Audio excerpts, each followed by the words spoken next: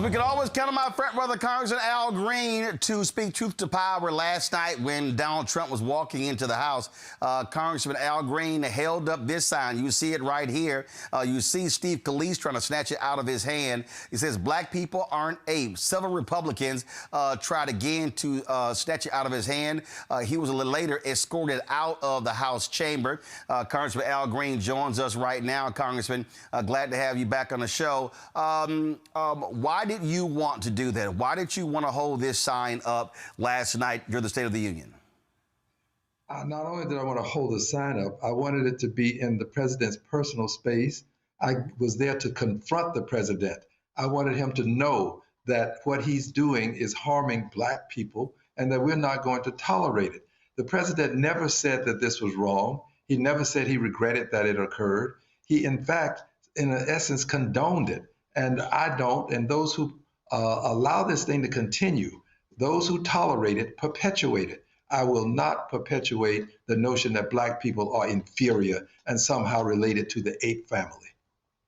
You had several Republicans who actually tried to walk up to you and snatch it out of your hand. That was an exchange between you and this Oklahoma Congressman Mullen. What did you say to him when he tried a couple of times to snatch it out of your hand?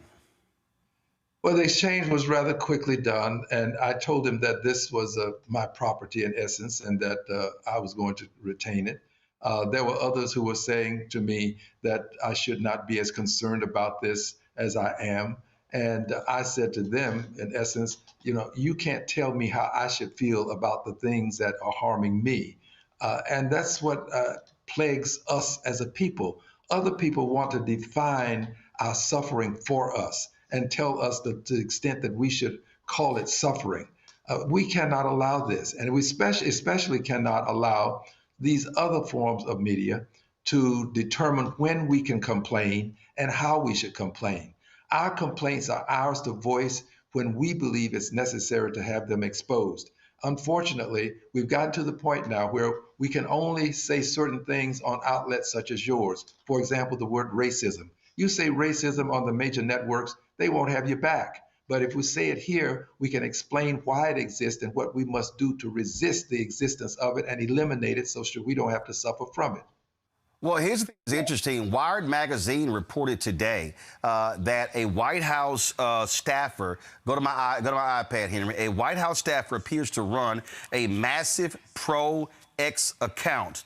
A popular right-wing account that called a video depicting Barack and Michelle Obama as apes a masterpiece appears to be run by a White House staffer, according to records reviewed by Wired. I mean, that's a perfect example right there, Congressman Green, of here you are protesting this. And you're right, Donald Trump, what did he do?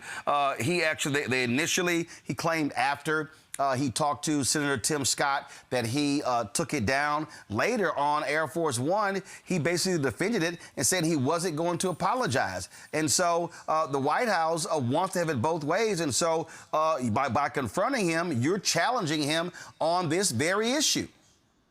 Yes, we are challenging him on the issue, but we also are challenging him with the confrontation. You can challenge a person with a letter. You can challenge with a phone call. There are other ways to do it, but we've got to find ways to get in his face and challenge him. And this State of the Union is one means by which we can do this.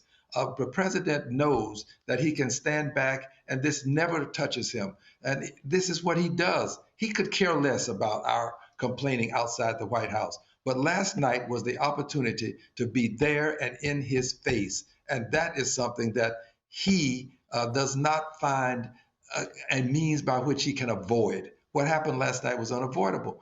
And I will tell you, I went there to do this. The last time it was done with spontaneity. This time it was intentionality. The president has to know that we're willing to get in his face. Did you voluntarily leave, or were you escorted out by the House Sergeant at Arms? Were you ordered to be removed? What happened there? It was a combination of both.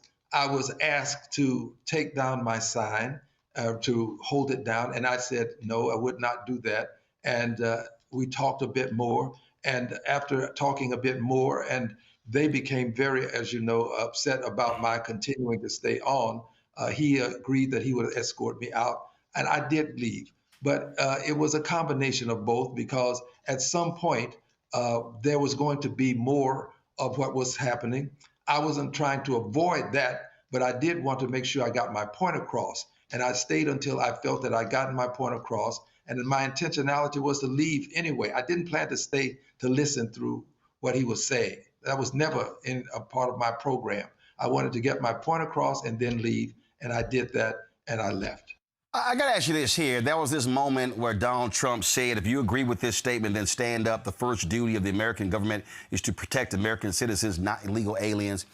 The right wing is really playing this up by saying, well, the Republicans stood up and the Democrats, they refused to stand up. What do you say about that? And, you know, Glenn Beck is like, oh, my God, that was the easiest applause line. And, you know, here you had the family of a young girl who was killed by an undocumented worker. And they were like, how dare you dishonor by not standing up? What do you make of that whole part of the speech?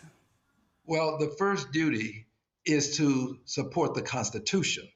And the Constitution has places in it where all people are to be protected. So I stand with the Constitution. He stands with a might makes right mentality. And if we allow this might makes right mentality, ends justify the means to persist, we will shred the Constitution. It will become meaningless. And we will then have more than authoritarianism. We will have the dictatorship that we all dread and would not want to see happen and occur in this country. I think even these people on the right, a good many of them would not want to see a dictatorship. But it's about the Constitution. What they try to do is reduce this to a person who's done something dastardly and say, do you support this dastard or do you support the American people? No, I support the Constitution. And if the Constitution accords a person rights, then you don't deny that person's rights simply because the person has done something egregious. You still have to afford people the rights that the Constitution says that they have, because at some point it can be my rights or your rights that the Constitution says that we have. And persons can then say, well, we don't support that because we think it's wrong. Well, you can't do that. I support the Constitution. And when the Constitution says that a person has rights, we have to give him those rights. I'll give you a great example. Due process of the law. He believes that if somehow you've been accused of a crime, you no longer have the right to due process. Well, that's what due process is all about for people who have been accused of crimes, for people who may have committed crimes, but they still are entitled to due process of the law because that somewhere along the way, there will be somebody caught in that dragnet that is not guilty, that is innocent. And that law is there to protect that person and extricate that person from that dragnet. We have to have due process of the law. The president believes that he is the law, and no process is due other than what he would accord people of his own volition. Congressman Al Green, we certainly appreciate you joining us on the show. Thank you so very much. Thank you, dear brother. Thank you.